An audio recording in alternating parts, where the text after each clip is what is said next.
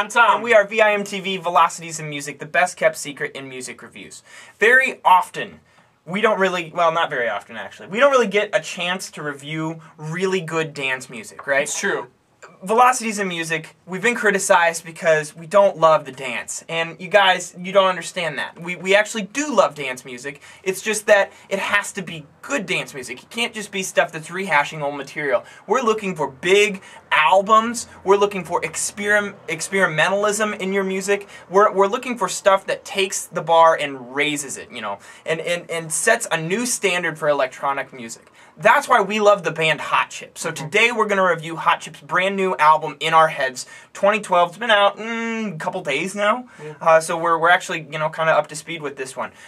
Tom and I are big Hot Chip fans. When we started Velocities in Music, One Life Stand came out in 2010. And then we went back and we reviewed Made in the Dark because it was a request, because one of our good friends, Ian, requested that he wanted us to see and give our analysis on Made in the Dark because it was so different from One Life Stand. Where One Life Stand was more of a, it was much more dance favorable. Like, you got some in the club sort of beats in there, you know, but it was still very experimental in nature. You know, you saw Hot Chip doing some really creative stuff with synthesizers and a bunch of really just, you know, moving lyrics at times. It was an emotional album, whereas Made in the Dark was much more dense.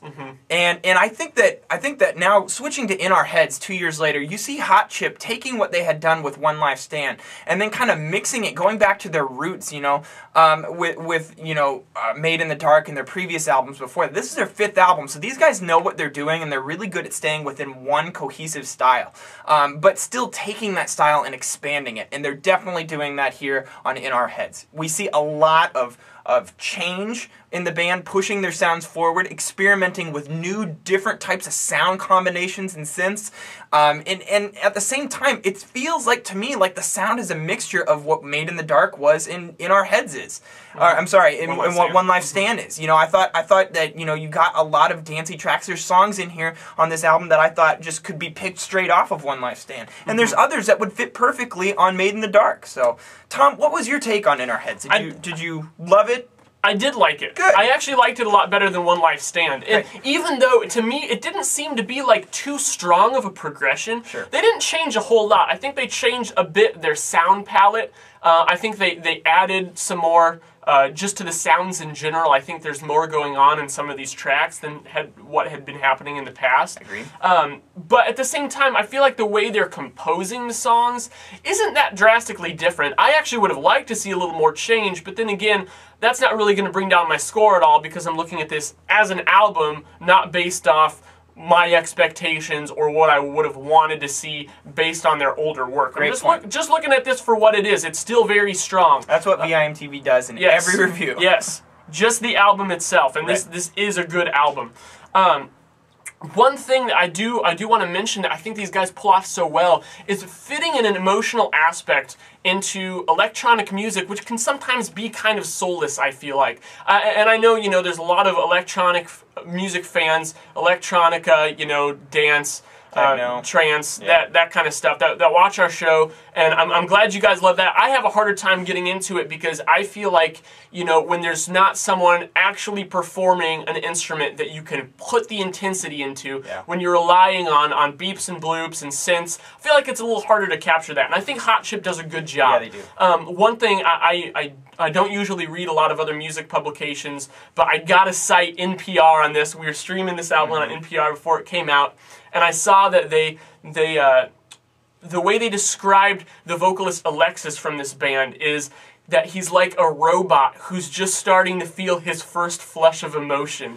And I thought that was perfect. And I had to mention it because that is, it does the best job of portraying how this band combines that kind of robotic electronica element with that emotion. And they're always singing about love, they're always singing about romance and relationships, and they approach it from very catty standpoint. Sometimes it's deeper than others. Sometimes it's just kind of, you know, like a night and day, you know, in the middle of the night, whatever. You know what's happening. But so I really like that aspect. I think it really mixes it up well. A couple of problems I had with this album is just that there were a few weaker tracks. For me, How Do You Do, Now There Is Nothing, and then the last track, Always Been Your Love, just weren't up to par with how strong the rest of these tracks were. And really, the last track just kind of, to me, it felt like it just kind of was like an extra track coming out at the end, because track 10, Let Me Be Him, is such a good closing track, but it's not the closer. And it actually, to me, reminded me a lot of Take Me In, the last track from One Life Stand, good point, which was an incredibly good closer, one of the best on that album.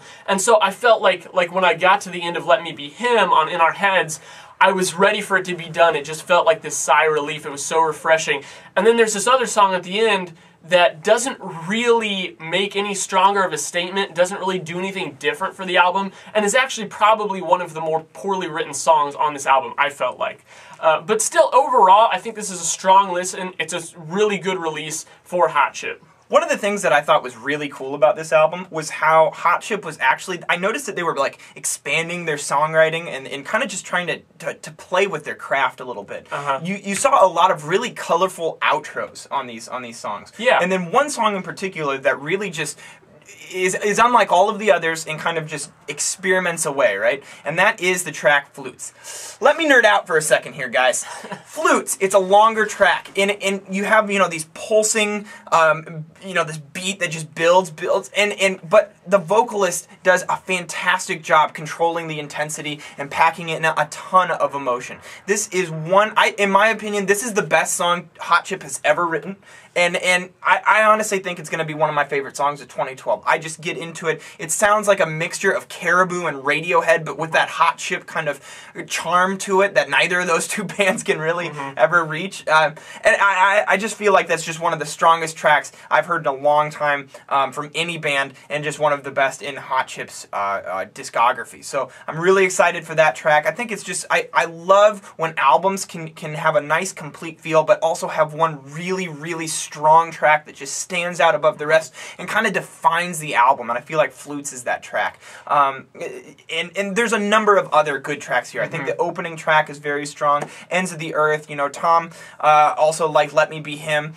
There's a number of really high quality tracks. I'd say the one thing, Tom, is I completely agree with you. It's just that some of the tracks just, some of the sounds they use, just like, you can tell it was intentional, but it just sounds bad. It just sounds really disgusting. Yeah, like a little too cheap. Yeah, and to me, it just kind of makes a little bit of track displacement where you have some tracks that are just, yes, they're up here, and others that are like, I don't really like that. I do love, though, that to me, the two strongest tracks on the album were the two that were over 7 minutes That's a really good point. Yeah, because a lot of times I feel like I'm listening to albums that I'm like, yeah, I really dig this, you know, and then I'll get to a long track, and the long track is like the worst track, and I'm like, why is this happening? That kills it for me. Another album that was really good about that from this year was Cloud Nothing's Attack on Memory. It had the two monstrous tracks, and they were like the capstones of the album. That's the way it should be, and Hot Chip did it here. I really appreciated that. Great point. So overall, I think I'm going 82 on this one. I really liked this album. I thought it was good. Not in that great category of upper 80s to lower 90s, but really solid. Definitely recommended. I'm going 80.